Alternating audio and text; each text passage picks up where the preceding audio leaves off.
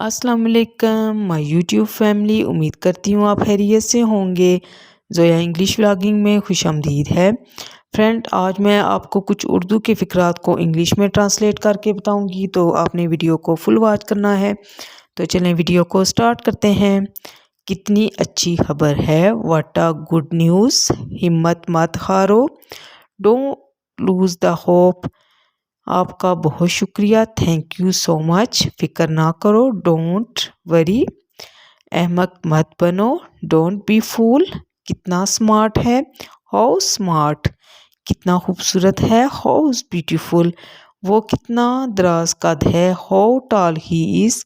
खुदा तुम पर रहमत करे, may God bless you. Friends, उम्मीद करती हूँ आज का ये छोटा सा टॉपिक आपको पसंद आया होगा।